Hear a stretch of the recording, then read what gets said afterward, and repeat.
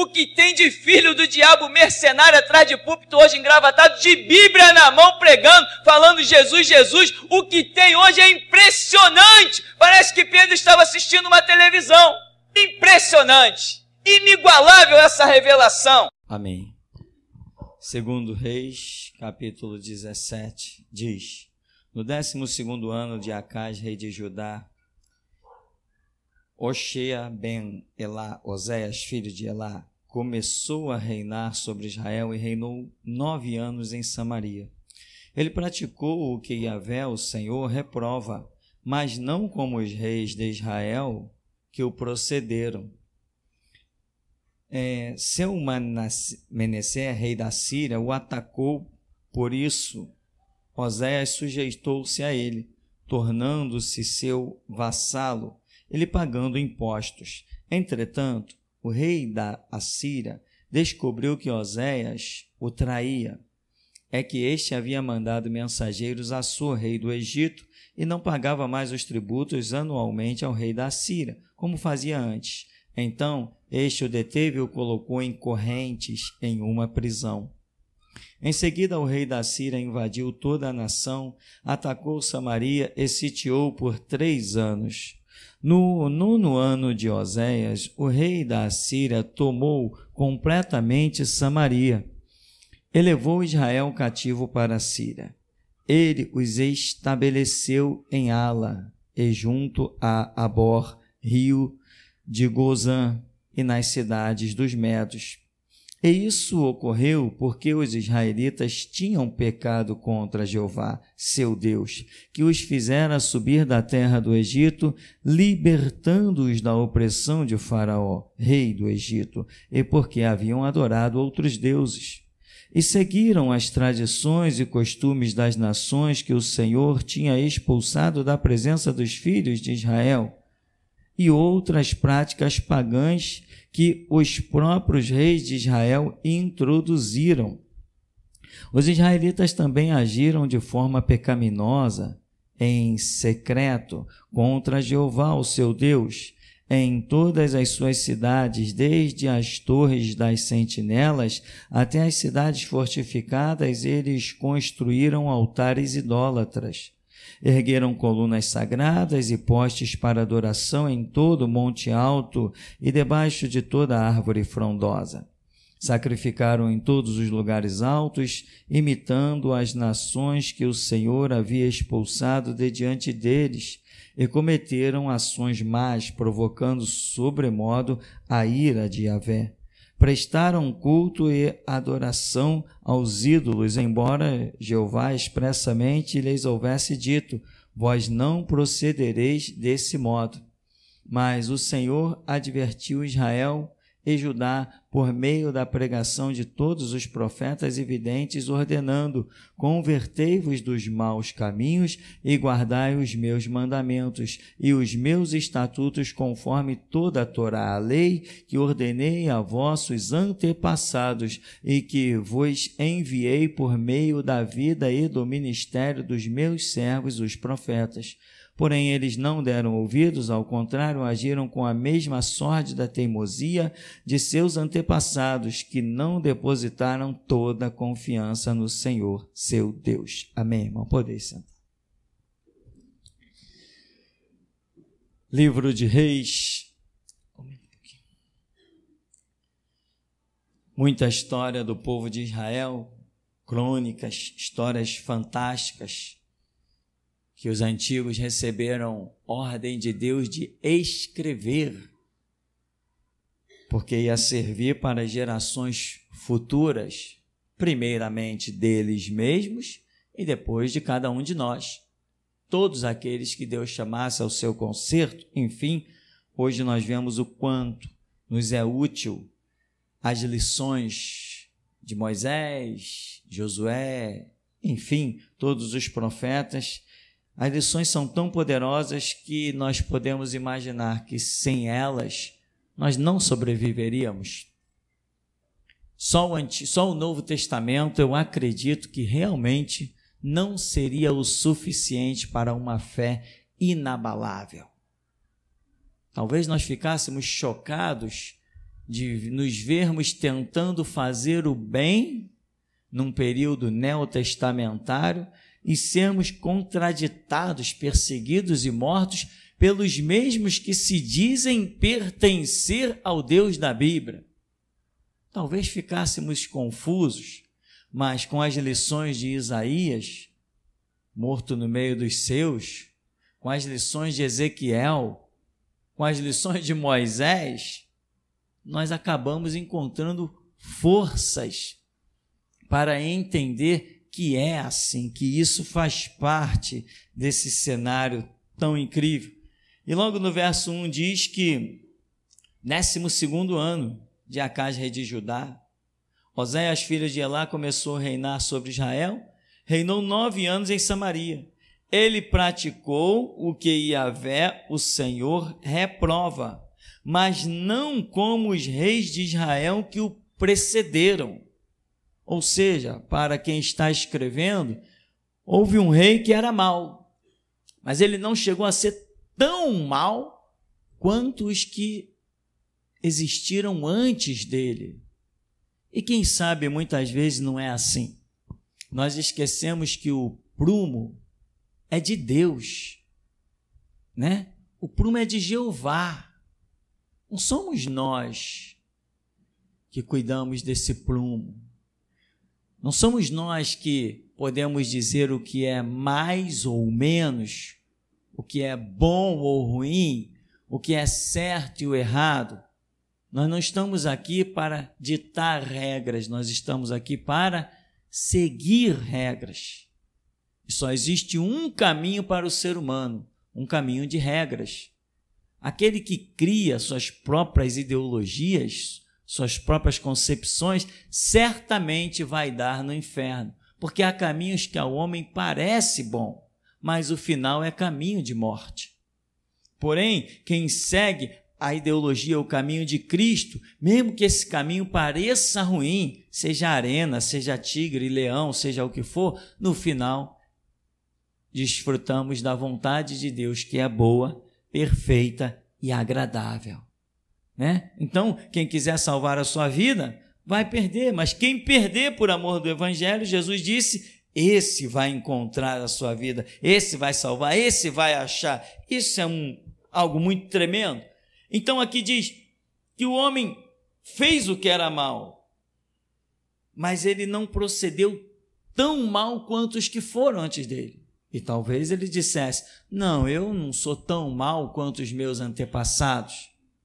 Deus não vai me castigar, ou seja, pelo menos o que Deus fez com os do passado não vai fazer comigo, porque eu não sou tão mal assim. Irmão, para Deus, nós não precisamos ser tão mal. Para Deus basta não fazermos o bem, o certo, o que tem que ser feito. Como é que diz a Escritura? Aquele que sabe fazer o bem e se omite, comete pecado.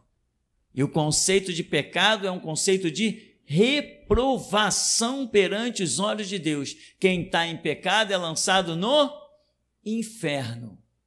Esse é o conceito.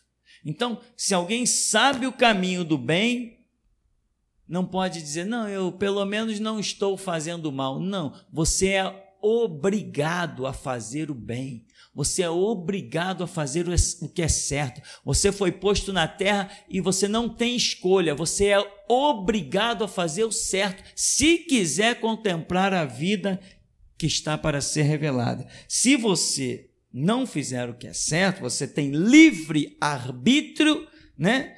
Você tem livre arbítrio. Você pode dizer, não, eu não quero fazer isso, eu vou fazer aquilo, ou eu não quero fazer nada, eu vou ficar inerte. Você pode. Mas diante de tudo que tu fazes, Deus te levará diante do grande juízo do trono branco. E ali tu vai ser cobrado, muitas vezes, não pelo que fez, mas pelo que deixou de fazer. Lembra do atalaia? Filho do homem, eu te constituí por atalaia. E se eu anunciar que vem a espada sobre a terra, e tu não anunciar ao ímpio, a minha espada vem e pega o ímpio. Mas o sangue dele eu vou requerer das tuas mãos, Porque o que o atalaia fez? O atalaia não fez nada, ele deixou de fazer. Ele deixou de anunciar. Qual a culpa do atalaia? Se o camarada está vivendo na impiedade, Deus vai lá e acaba com ele.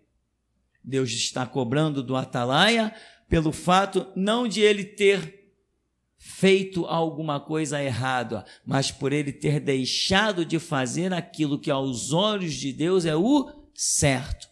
E você olha para você e você diz, eu sou um atalaia? Se Deus te chamou, foi para você que Jesus falou assim, olha, o que eu vos digo ao pé do ouvido, apregoai aos telhados. Você se considera enquadrado nessa palavra? Então você é um atalaia. Então Deus vai te cobrar de você, não pelo que você fez, mas pelo que você deixou de fazer. E aqui, às vezes, algumas pessoas são assim, não, eu não fui tão mal. Caramba, aquele cara sacrificou em Israel pessoas, aquele outro fez isso. Não, eu não fiz essas atrocidades todas. Mas seja lá o que quer que ele fez ou deixou de fazer, não foi bom o suficiente para Deus. Veio o cativeiro, cercou Samaria e ele ficou ali tendo que pagar tributo anualmente. De repente ele se achou confiando no Egito, não vou mais pagar tributo. Veio lá o rei lá da Síria, pegou ele, tu está preso, jogou algemas nas mãos dele, botou ele dentro de um cárcere e essa é a história. Porque tem realmente pessoas que se consideram assim, né? Alguém está dizendo, não, essa pessoa aqui não é tão mal quanto essa. Então, não, peraí, pelo menos, tá bem, aquela vai para o inferno, mas eu não sou tão mal quanto ela. O prumo de Deus, meu irmão, não é o mais mal ou menos mal. O prumo de Deus é a santidade. Então, quando você diz eu não sou tão mal, você está dizendo eu não sou santo e o céu é para os santos. Isso aqui é restauração. Quem tem vírgulas ou manchas nas suas vestes, por mais que os homens nem enxerguem as manchas, se Deus enxerga, tu vai ficar fora. Deus nesse ministério não está preocupado com o contingente. Aqui ele levanta um e faz um massacre que ele tiver que fazer, meu. Agora, aqui só sobrevive aqueles que são enquadrados na palavra. Aqueles que verdadeiramente são sal da terra e luz do mundo e cidade edificada sobre o monte. Se Deus pode contar contigo, Ele pode. Se Deus não pode, Ele não pode. Ah, mas Deus pode contar um pouco comigo. Muito cuidado com esse um pouco. Porque Deus não gosta, certamente não gosta, de usar alguém cujas vestes estão manchadas e lameadas. Certamente que Ele não gosta.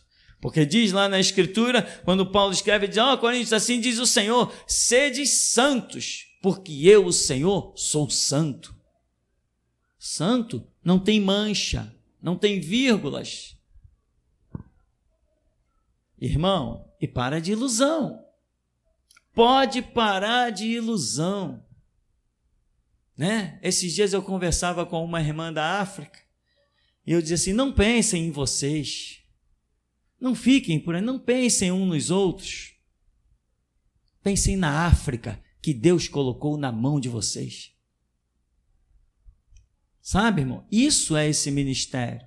Você não tem ideia aonde nós estamos influenciando vidas. Hoje, meu filho estava mostrando os cultos ao vivo, acessados de Nova York e aqueles cantos todos lá dos Estados Unidos, os cultos ao vivo. Está tudo lá em português e estão acessando direto. Nós estamos influenciando, meu irmão, toda uma geração do planeta Terra.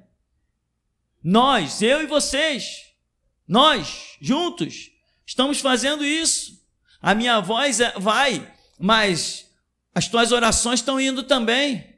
O teu dinheiro está indo também, na energia elétrica, na internet que se paga, no equipamento que se monta. Nós estamos aqui para isso e não podemos ser mais ou menos, temos que ser o bom. O bom não melhor do que o meu irmão, o bom para Deus. O bom para Deus é aquilo que ele precisa e é aquilo que está pronto para ser usado na hora que ele quer. Esse é o bom para Deus. Deus não, quando procura na congregação, ele não passa quem é melhor. Esse daqui tá mais ou menos, eu vou procurar outro. Esse está melhor do que aquele. Não, Jesus não chama ninguém por comparação. Quando Jesus chama alguém por comparação, ele faz como disse para Amós: Amós, que vês? E ele disse: eu vejo um prumo de pedreiro. Viste bem, porque eu vou passar no meio do meu povo de Israel. Então é essa a realidade, né? E muita gente às vezes se ilude com isso. Não, eu não sou tão mal. Parece aquele papo de ímpio. No começo da minha caminhada eu ainda tinha umas amizades, né? Naturais, e quando você tem um conceito de crente e está no meio de uma rodinha, ninguém consegue mais falar de mais nada. Qualquer assunto cai ali, na religião. É impressionante. Aí alguém estava falando assim, não, eu creio em Deus, eu temo a Deus, tal, mas eu não acho que eu vou para o inferno. Eu não sou tão mal quanto fulano. Viu o que aquele cara fez? Viu o que saiu no jornal? Não sei. Meu irmão, isso não nos interessa. Essas não são as nossas referências. As nossas referências são Jesus. A Escritura diz, olhando para Cristo, autor e consumador da nossa fé. E o próprio Senhor Jesus disse que a um servo não tem que ser igual ao seu irmão. A um servo tem que ser igual ao seu Senhor. A minha referência é Cristo. Se eu olho para Ele, eu tenho que estar lutando todo dia para ser igual a Ele. Igual a Ele. Igual a Ele. É exatamente assim.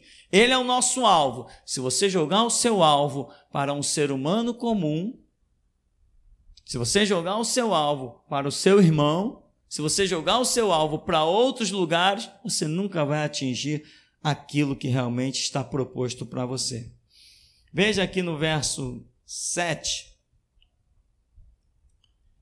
diz, e isso ocorreu porque os israelitas tinham pecado contra Jeová, seu Deus, que os fizera subir da terra do Egito, libertando-os da opressão do faraó, rei do Egito, e porque haviam adorado outros deuses. O que aconteceu aqui? Esqueceram o benefício que Deus havia feito, a libertação, os livraram do chicote de Faraó, daquelas pancadas, né? da escravidão, do trabalho sem trégua de Faraó. Eles esqueceram dos benefícios que Deus havia feito, né? E ainda depois esqueceram das ordens, porque aqui diz, porque haviam adorado outros deuses, o que foi desde Moisés ordem muito clara, não adorarás a outros deuses, porque o Senhor teu Deus te tirou da terra do Egito. Então, meu irmão, traz à memória as coisas que te dão esperança, os benefícios que Deus tem feito na tua vida. E cumpra as ordens dele, porque aquele que começou a boa obra vai aperfeiçoar até o dia de Cristo Jesus. Enquanto tu estás na terra, tu estás em processo de aperfeiçoamento. Deus tem uma glória tremenda, infinita. Então, veja, há benefícios que foram feitos. E tem pessoas que não são capazes de entender que se Deus foi benevolente uma vez, significa que Ele quer ser para sempre. Se Deus te fez um bem uma vez, significa que Ele quer te envolver nos seus bens. Ele quer te levar cada vez mais às águas profundas, te cercar como cercou Jó, de que até o diabo tenha inveja de quanto você possui, de quanto que você tem. Mas tem pessoas que não trazem em memória esses benefícios. E aqui, Israel esqueceu que Deus o libertou. Israel esqueceu que enquanto as nações estavam caindo com pestes e mortandades, eles estavam lá de pé. Enquanto as nações eram devastadas por pragas, ora, as pragas não atingiam a nação de Israel. As colheitas estavam lá fartas. Deus tinha prometido que daria a chuva a seu tempo, que faria a terra se multiplicar, e às vezes eles olhavam assim e diziam, poxa, só restou quase nada. Vinha o profeta e dizia assim, desse nada aí, na próxima colheita vocês vão colher duplicadamente, que vai sobrar, vai sobejar.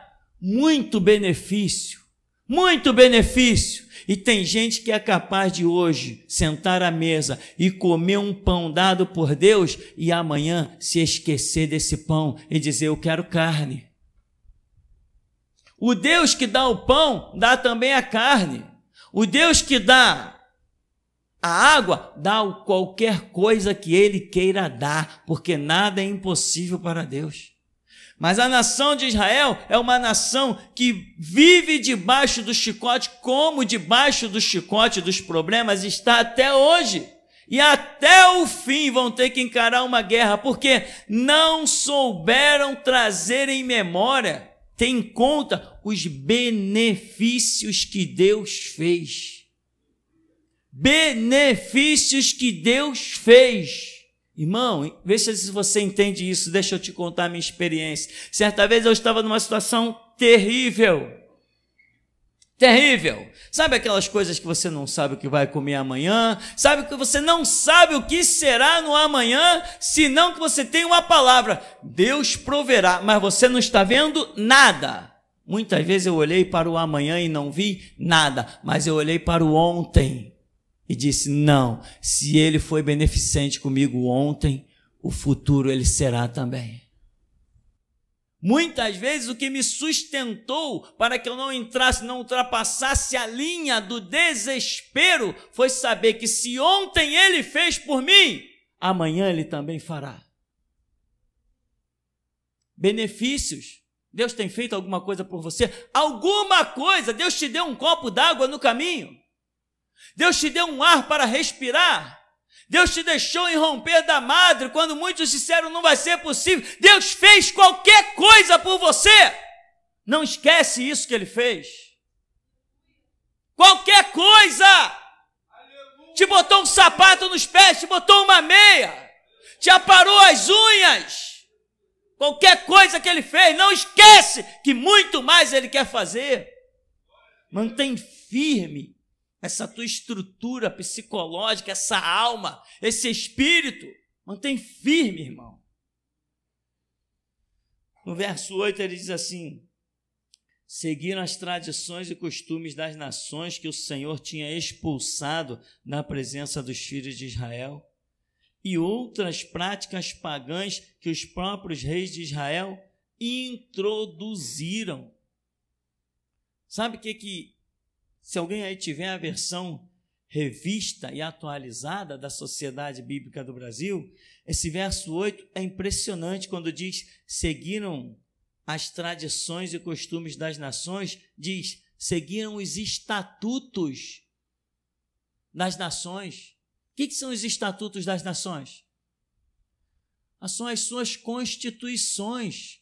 Estatutos são as suas regras, seus conjuntos de leis que as nações... E aqui o escritor de Reis está dizendo, uma das coisas que levou Israel à desgraça, ao cativeiro, à vergonha, à humilhação, foi porque eles seguiram as mesmas leis que as nações criaram.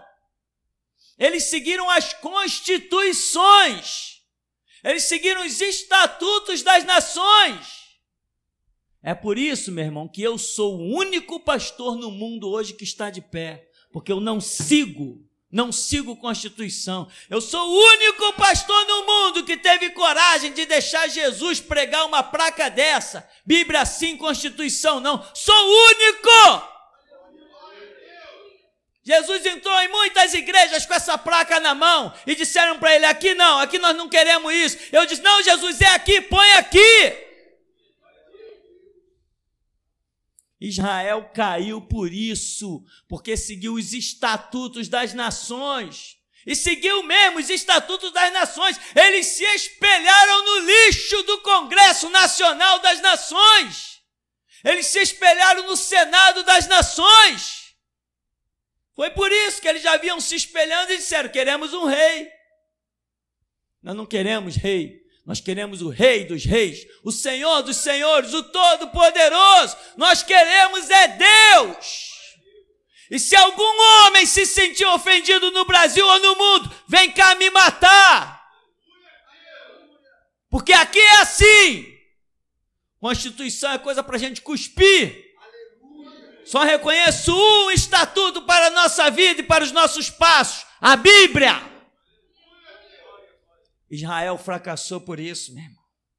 Israel caiu vertiginosamente, porque olhou para o estatuto das nações, olhou para a regra das nações. Aqui diz: seguiram as tradições e costumes das nações. Nessa versão não fica tão explicado. Muita gente, quando lê, não entende isso aqui. Essa tradição eram as leis que eles usavam nos seus comportamentos. Tipo hoje, não tem essa palhaçada no Brasil chamada Código Penal? Isso é uma palhaçada. Código Penal para pobre, não para rico. Código Penal do Brasil é para pobre, não é para rico. É para pobre. Código Penal no Brasil é fonte de enriquecimento de juiz e de advogado. Isso que é o Código Penal no Brasil. Para esse bando de safado e maçom canalha. Isso é para eles, isso não é para a gente não. Nós vivemos isso aqui, a nossa esperança está nisso aqui. Nesse Deus vivo. Que vai chegar uma hora, irmão, anda com Deus, porque vai chegar uma hora que Deus vai mostrar o quanto Ele está acima de tudo isso que tem por aí. Tu verás o quanto Ele é Jeová Mikadiskim mesmo. O Senhor quer a tua justiça. Disse de Quenu, que faz justiça pelo povo que se chama pelo seu nome. Ele vai te mostrar que Ele não tem só título, não. Ele não é o que está escrito sobre Ele. Ele escreve aquilo que Ele é. É Ele que faz. Ele não se apresenta com o nome, não. Ele se apresenta com feitos. Foram nós, homens, que demos nomes para Deus pelas grandes obras que Ele realiza. Então, meu irmão, no Congresso tem essa palhaçada aí para enriquecer juiz, corrupto e advogado. Onde já se viu traficante ter advogado? Onde já se viu isso, traficante ter advogado? Com que dinheiro se paga um advogado? Dinheiro de roubos e assaltos e assassinatos? Traficante foi pego, meu amigo. Tudo que é dele tem que estar bloqueado. É tudo ilícito. E vem advogadozinho de meia tigela. Vem cá, está defendendo o cara? Ah, todo mundo tem direito à defesa. É mesmo, ele vai te pagar com qual dinheiro? Com que ele assaltou de quem? Com que ele matou de quem? Com que ele matou para roubar o carro de quem? Como que ele vai te pagar? Ah, então você aceita dinheiro ilícito para defender o cara? Então tu está preso também em formação de quadrilha? Eu nunca vi isso. No Brasil o traficante tem advogado. E o advogado não é o cara do Ministério Público. É particular. Da onde vem dinheiro de traficante para pagar advogado? Paizinho de merda. Com ladrões no poder. Um bando de maçom enriquecendo na desgraça dos outros. É isso, meu irmão. E tem crente palhaço que ainda se espelha nessa porcaria chamada Congresso Nacional. E depois ainda tem o descaramento de passar por mim na rua e dizer: pô, nós que somos pastores. Eu olho para o cara: nós que somos pastores, meu amigo. Não, porque sabe como é? Meu irmão, faça um favor. Nós só seremos pastores iguais o dia que tu vê um político entrar na minha igreja. Aí nós seremos iguais. Enquanto tu não vê isso, nós não somos iguais. Somos muito diferentes. Faça-me o favor. Faça-me o favor. Eu sou o único pastor sobre o globo terrestre hoje. Sou o único, meu irmão. Eu sou o único. Eu sou o único que tem a coragem de falar o que fala e está esperando quem vem aí dizer está preso. Sou o único. Tem mais ninguém que se compare a mim, meu irmão. Viver ou morrer não vai fazer a mínima diferença, mas ver Cristo Jesus glorificado, isso sim vai fazer diferença. E aí, as pessoas estão seguindo regrinhas e constituições. Uma igreja preocupada com as leis do Congresso. Ficou um palhaço assembleano aí se debatendo, porque vai ser aprovado o aborto, porque vai ser aprovado os gays que vão se beijar pelas ruas. Meu irmão, não, porque vai entrar o gay dentro da igreja e vai dar beijo gay dentro da igreja e nós não vamos poder fazer nada. É mesmo, é? Me mata de rir. Aprova a lei e bota o casal de gay aqui dentro, que eu quero ver se não vamos fazer nada. Eu quero ver. Bota aqui dentro e bota o exército junto com eles. Eu quero ver. Isso aqui não segue Constituição, meu irmão. Nós já temos a nossa lei, meu irmão. Nossa lei se chama Bíblia, meu irmão. Aprova a PEC 22 e bota um casal de lésbica aqui dentro para se beijar, que eu quero ver, pô. Bota aqui dentro. Na igreja do pastor Tupirani, bota nessa aqui, pô. Dentro de uma assembleia pode botar e ninguém vai dizer nada, não, porque dá cadeia. Quero ver aqui. Aqui não dá cadeia, aqui dá é morte. Aqui, se profanar o nosso santuário, meu irmão, a coisa fica estreita. Aqui quem manda somos nós. E a nossa lei é muito clara, pela qual vivemos e morremos. Fica esses palhaços se estressando. Vão levar a igreja, uma caravana, para fazer faixa lá em Brasília. Meu irmão, nossas faixas, meu irmão, fica pendurada nas nossas igrejas. No nosso Facebook para todo mundo ver, sabe? Em tudo que é canto no nosso WhatsApp, é no Instagram, é no Orkut, em tudo que é canto no Twitter, é lá que nós colocamos as nossas faixas, porque elas não vão para um momento não, de um grito e acabou, elas vão lá e ficam.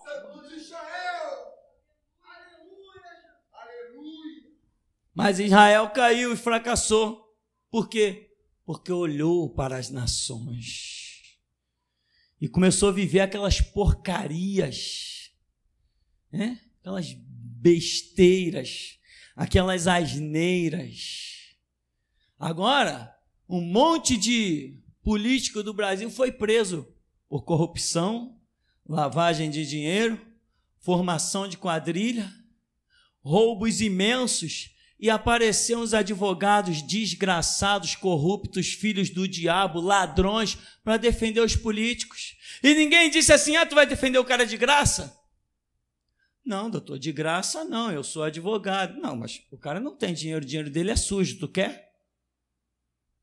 Advogados estão recebendo nessa nação o dinheiro mais sujo. O dinheiro que matou pessoas nas filas dos hospitais, os advogados estão recebendo. O dinheiro de lavagem de dinheiro através de agências de automóveis. Dinheiro que foi utilizado até para eutanásia, matar pessoas dentro dos hospitais. Os advogados estão recebendo. Ninguém diz nada, ninguém faz nada. Mas 2070 está chegando, irmão. E nós vamos fazer. Se vamos. Se vamos, eu imagino que nossa fome e sede de justiça só vai se cumprir no milênio, quando nós viermos com as próprias mãos realizar a justiça. Então, irmão, isto é o que nos diz aqui, o verso 8. Seguiram tradições, seguiram costumes das nações que o Senhor tinha expulsado da presença dos filhos de Israel. Esses costumes das nações eram as roupinhas íntimas, aparentes, que as israelitas começaram a se espelhar nas mulheres lá do outro lado, sabe? Eram os cabelos exagerados, era uma sensualidade exagerada, e isso foi cair aonde? Numa prostituição. Aí começou até um culto. As prostitutas cultuais, começou isso a impregnar-se por todo Israel. Israel foi levado ao nada, ao inferno, por causa desses costumes, né? Mas também no nosso meio, de vez em quando, aparecem uns pendurados de metal para tudo que é canto, né? Metal nos pés, metal no nariz, metal no beiço, metal na orelha. Exemplo nesse ministério sou eu, meu irmão. O único metal que eu uso são óculos, anéis e relógio. Aqui é esse. Não confunda não, Jesus é santo, irmão. E a Escritura diz que nós devemos nos despir de toda aparência do mal. Se eu pareço com Cristo, eu me visto com ele, igual a ele também. Quando foram prender Jesus no Getsêmani, o camarada falou assim: como que você vai nos identificar ele, Judas? Nós não sabemos quem é ele. Quando se olha para Jesus, não sabe qual é a diferença. Os pescadores se vestem como ele, e ele se veste como os pescadores. Não, eu vou me aproximar bem dele e vou dar um beijo nele. Então só assim nós vamos poder identificar esse cara. Judas, com um beijo tu traz o Filho do Homem. Os discípulos de Jesus se vestiam igual a ele. Os discípulos de Jesus se vestiam igual a ele e falavam igual a ele. Tu também estavas com ele. A tua fala te denuncia. Discípulos de Jesus, meu irmão, tem que andar igual a ele e tem que se vestir igual a ele. Quer chamar a atenção? Seja santo. Começa a praticar 4, 5 horas de oração. Tu vais chamar a atenção mais do que ninguém. Foi assim que eu chamei a atenção. Com 5, 6, um dia eu fiquei orando, que eu orei 8 horas. Eu passei 8 horas em oração. Quando eu levantei dali, eu sentia que dentro de mim existia um outro homem. Quer chamar a atenção? Dobra as tuas orações. Se apaixone pela Bíblia. Fique fascinado pela Escritura. Fique fascinado, fique apaixonado com a Bíblia. Quer chamar a atenção? Se dedique tanto à Escritura até que todos te chamem de louco, de fanático e de doente. Aí você vai chamar a atenção. Isso aqui, meu irmão, é geração Jesus Cristo. Isso é restauração, meu irmão. Ou muda, ou Jesus te muda de lugar.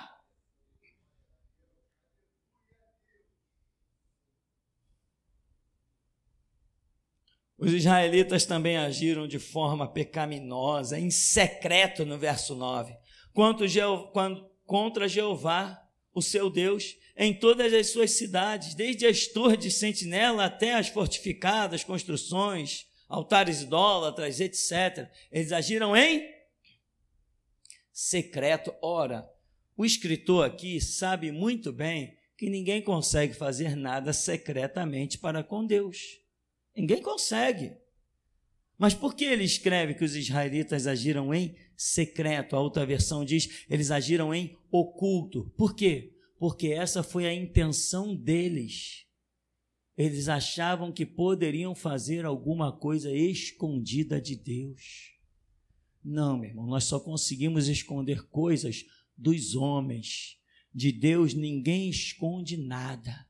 E para se conquistar as coisas com Deus, só com um coração quebrantado, contrito, limpo, cristalino. Pisou na bola, não adianta dizer para Jesus que estava em cima da prancha. Tem que chegar para Jesus e dizer assim, Jesus, eu pisei na bola.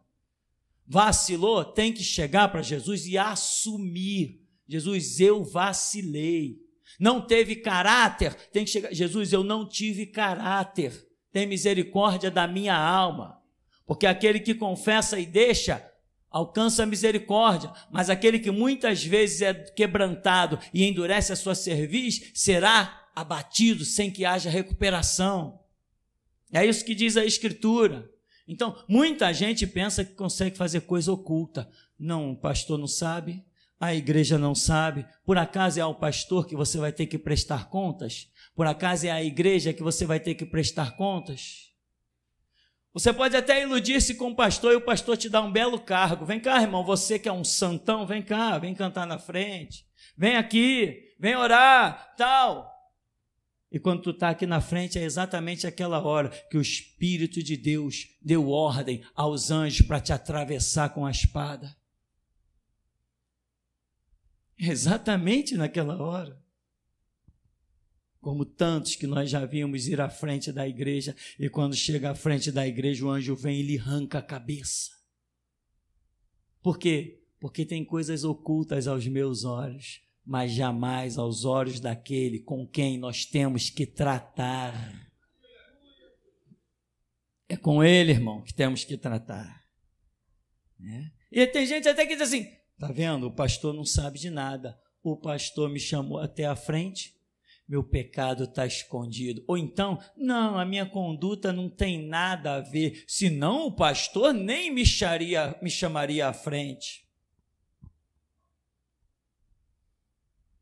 Muitas vezes, meu irmão, para que o estrago seja bem terrível, é necessário ir às mais altas alturas. Quem cai de 0,5 metro não faz quase nada. Quem cai de 1,5 metro também não faz quase nada. Mas cai de 10 metros para ver. Muitas vezes, antes de Deus abater, primeiro, ele exalta. Porque abater quem está no anonimato, ninguém vê nada. Mas abater quem está no destaque, o mundo inteiro vê. Não brinca com Jesus, não, porque horrenda coisa é cair nas mãos do Deus vivo. Aqui no verso 13 diz: mas o Senhor advertiu Israel e Judá por meio da pregação de todos os profetas e videntes: convertei-vos dos maus caminhos e guardai os meus mandamentos e os meus estatutos, conforme toda a lei que ordenei a vossos antepassados e que vos enviei por meio da vida e do ministério dos meus servos, os profetas. Porém, eles não deram ouvidos, ao contrário, agiram com a mesma sorte da teimosia de seus antepassados, que não depositaram toda a confiança no Senhor, seu Deus. Duas coisas nós temos para aqui encerrar. Primeiro, que no verso 13 diz que, olha, eu já os adverti por meio de pregações desde os antepassados. Irmão, ou seja, eles já nasceram ouvindo essas coisas, mas não foi o bastante para permanecerem firmes. Tem gente que ouve, mas sua vida não muda. Não muda. Irmão, cada coisa que você ouvir e sabe que é de Deus, agarra aquilo e aposta a vida. Não deixa passar, não espera o outro dia, não seja um ouvido de mercador, meu irmão. Você está ouvindo e um dia tudo que você está ouvindo vai ser cobrado de você. Ou você acha que está ouvindo à toa? Se Deus te fez ouvir, meu irmão, é porque Ele vai te cobrar. Tudo que Ele te dá e o que Ele mais dá são palavras. De cada uma dessas palavras, Ele vai te cobrar. Jesus falou, se alguém não crê em mim, eu não julgo. Mas as minhas palavras o julgarão no dia do juízo. O que mais Deus nos tem dado são palavras. E pessoas ouvem, que nem esses daqui, né? Desde que eles são crianças, eles estão ouvindo.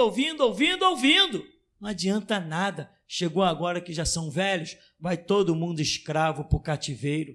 Ao contrário, deveriam estar em abundância, em paz, emprestando a muitas nações e de ninguém tomando emprestado. No entanto, vão ser levados com correntes como escravos. O que você tem feito com o que você tem ouvido? Quando eu digo assim, irmão, nós não temos irmão batista, não. Você diz, não é bem assim, não. Eu sou apaixonado pela minha mãe, pelo meu pai. Domingo eu tenho que ir lá no culto porque minha mamãe vai cantar. Vai lá e fica junto com ela, canta para lá também. Fica por lá de vez. Você consegue ir prestigiar um batista rebelde, contumaz, obstinado, sustentador da maçonaria? Se você consegue isso, o que você vem fazer aqui? Que tempo perdido? Porque são dois deuses completamente diferentes. Você está cultuando dois deuses? Se você acredita num Deus batista, você não deve pisar mais aqui, porque aqui o Deus é outro, não é o mesmo dos batistas. Se você acredita num Deus assembleiano, você não pode voltar aqui, porque aqui o Deus não é assembleiano. Então decida a sua vida. Você está ouvindo coisas e se iludindo, pensando que está bem, que está estabelecido. Na hora que a foice passar, ela vai pegar o teu tornozelo e vai te derrubar. Para de ilusão. Ou será que você ainda não percebeu que aqui não tem um pastor comum? Não tem um pregador comum? Não percebeu isso ainda? Outra coisa que diz aqui, olha, no verso 14, lá no final do verso 14, que diz assim, que não depositaram toda a confiança no Senhor seu Deus. Eu estive lendo outras versões bíblicas, que isso não está escrito. Não depositaram toda a confiança no Senhor seu Deus, mas está escrito assim, olha, tiveram medo. Tiveram medo, não do Senhor seu Deus, tiveram medo das nações, tiveram medo dos inimigos, tiveram medo das adversidades, ou seja, não depositaram a confiança. Eles não acreditaram na provisão de Deus, não acreditou que Deus seria um soldado valente para lhes dar a vitória no meio dos inimigos. Eles tiveram medo, e este é mais um conteúdo da lista que o escritor de Reis aqui coloca como sendo a queda, destruição de Israel. Eles tiveram o que eu não tenho, medo. Eles tiveram o que você não tem, medo. Nós não temos medo de nada. Quem tem sangue para derramar nunca será um perdedor. Não temos medo de nada. Não temos medo de nada. E hoje eu falava com meu Deus e disse, Deus, me dá a fórmula para incendiar a nação. E você, o que tem pedido? Deus, me dá uma casa própria, um belo marido. Marido se arranja em qualquer lugar. Até nos prostíbulos da sociedade se arranja. Até no baixo meretrício se arranja marido. Aqui não é lugar de arranjar marido. Aqui é lugar de receber as tochas que hão de incendiar toda a nação. Aqui é lugar de receber a espada de Deus que há de derrotar os inimigos e desfazer as obras do diabo. Se tu quer marido, vai procurar lá fora, não vem procurar aqui dentro não. Aqui dentro não tem essa oferta. Aqui a oferta é outra. Lá fora não está escrito agência matrimonial, está escrito ensinando a morrer por Jesus Cristo. É isso que está escrito lá fora, não sabe ler não? Nosso negócio aqui, meu irmão, é com Jeová, o Todo-Poderoso, o que era, que é e que certamente há de vir. Esse é nosso negócio. Nosso negócio aqui dentro não é fazer amizade com o mundo lá fora. Eu não prego pacifismo. Nunca preguei. Já fui acusado desde a primeira prisão. As principais acusações sobre nós que regiam era de incitar o ódio. Essa foi a principal acusação sobre mim, intolerância religiosa, acusado de incitar o ódio. O que não é real. Eu não incito ódio. Mas quem tem amor ardente por Jesus Cristo tem aversão a todas as abominações das nações. Amém, meu irmão? Aqui está escrito nas outras versões, tiveram medo das nações, tiveram medo dos inimigos, tiveram medo das armas deles, tiveram medo dos exércitos que vinham contra eles, tiveram medo. E lá em Apocalipse vai dizer que os covardes não herdarão o reino de Deus. O apóstolo Paulo escreve a Timóteo e disse que o Senhor Deus não nos deu espírito de covardia, mas de temor, de ousadia, de moderação. Então, meu irmão, eis as causas pelas quais caiu Israel, e são as mesmas causas pelas quais tu não deves cair, mas não por agir inerte, passivo, mas por ser ativo no contrário daquilo que eles fizeram. Não estamos aqui para seguir leis de homens.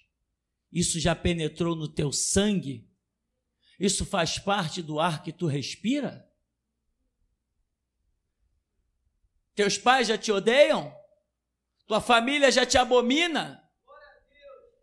Você é um maluco e um fanático, um seguidor do tal Tupirani? É isso que é contigo mesmo? De vez em quando, um dentro da tua casa mesmo não anda dizendo, pô, tu não está sendo meio radical, não? Radical, meu irmão, é Jesus Cristo morrer na cruz por mim. Isso é muito radical. Mas ele fez o seguinte, apesar dessa loucura que ele cometeu, ele ainda ousou dizer, um servo tem que ser igual ao seu Senhor. Não tenha medo de nada, porque quem tem medo não tem Deus. E quem tem Deus, aposta a vida nele. Amém, irmão? Até aqui nos tem ajudado, Senhor. Paz, igreja. No sábado, na festa, Deus me mostrava, pessoal, o caminho das pessoas ao saírem do ministério. E Deus mostrava as pessoas descendo, e o caminho que as pessoas pisavam se tornava em caminho de ouro. Eu via irmãos aqui entrando no ônibus, subindo no degrau do ônibus, e aquele degrau se transformando em ouro. Eu vi irmãos passarem na roleta, e aquelas roletas se transformarem em ouro. Até o banco que as pessoas sentavam, pessoal, se transformava em ouro. E vi também uma grande mesa branca aqui na frente, no sábado. E nessa mesa tinham 23 lugares, sendo que os 2 lugares da ponta estavam o sacerdote da igreja e o homem de branco. E as cadeiras que estavam em volta eram 21 lugares. Amém. E hoje, no começo, Deus mostrava aqueles pinheiros que as pessoas usam muito nessa época de ano, Natal. E nesses pinheiros tinham muitas cruzes de madeira. E aquelas cruzes estavam como enfeites, pessoal. Amém. Depois, quando o sacerdote começou a falar em relação ao catolicismo, Deus mostrava 4 forcas penduradas nesse muro onde está escrito um centro de seleção e justiça. Depois, pessoal, eu vi quando o anjo do Senhor pisou neste lugar, a maneira que ele desceu aqui, isso aqui estremecia. E eu vi que foi cravado na cabeça do irmão que está aqui dentro uma espada. Essa espada foi cravada na cabeça e no pé dessa pessoa. Depois esse mesmo anjo, ele dividiu essa pessoa no meio. E essas 4 forcas, o Espírito Santo me disse até para quem era. Amém. Amém, pastor. Amém. Irmão Alexandre, tem?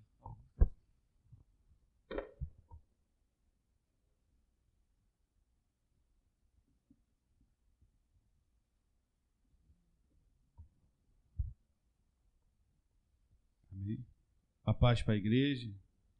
A minha alma estremece diante do nosso Deus que é santo. A visão, pastor, que o Espírito de Deus me deu, eu vi uma campina muito grande a perder de vista. E vi também, pastor, muitos demônios mesmo. Louvado seja Deus.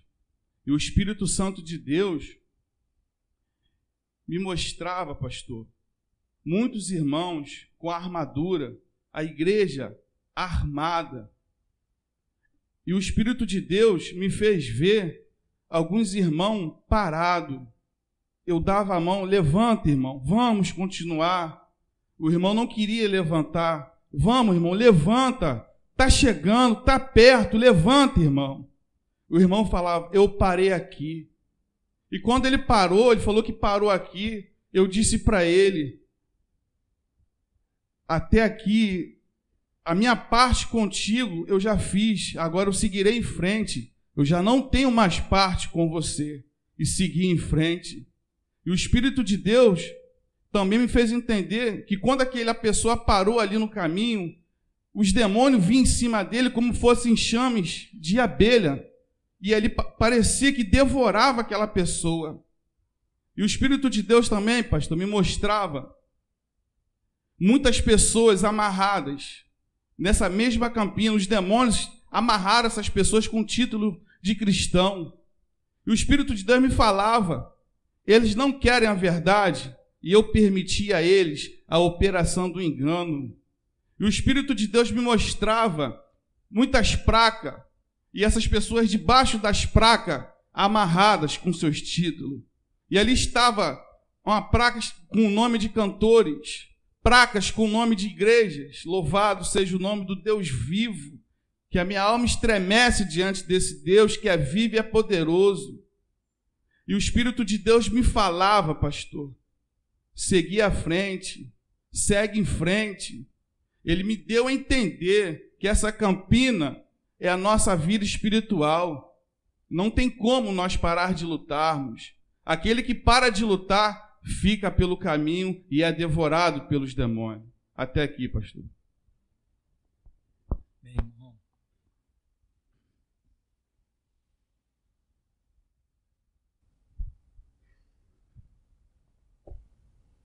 eu via no começo, quando a igreja se transformou numa espécie de uma teia. Um dava a mão para o outro, se transformava como se fosse uma teia de aranha, uma grande teia. Não é hora de desunião, é hora de união, pois dessas coisas eu me agrado, assim diz o Senhor. Eu vi um homem que ele foi cortado ao meio. E essa espada era do mundo. Então eu vi quando um anjo veio e passou a asa sobre ele, sobre esse homem cortado. Eu vi quando uma flor começou a nascer aqui na frente. Essa flor nascia. E essa flor era um lírio, mas esse lírio ele nasceu já pegando fogo. Essa flor ia se formando. Eu não vi ela se formar inteira, mas eu vi ela começar a se formar, e até a metade ela se formou. Quando foi falado do catolicismo, o irmão André estava orando, eu tive uma visão.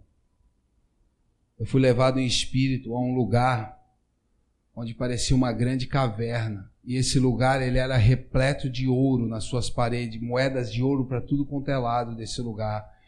Então, abriu-se uma porta, e essa porta ia como se fosse uma grande prancha até o fim, e no fim dela tinha um trono, e lá estava um papa enforcado, e esse lugar era cheio de ouro, e eu fui andando por esse lugar em espírito.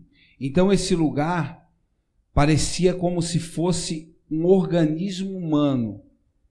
E o anjo que estava comigo, ele abriu a parte como se fosse uma pele humana.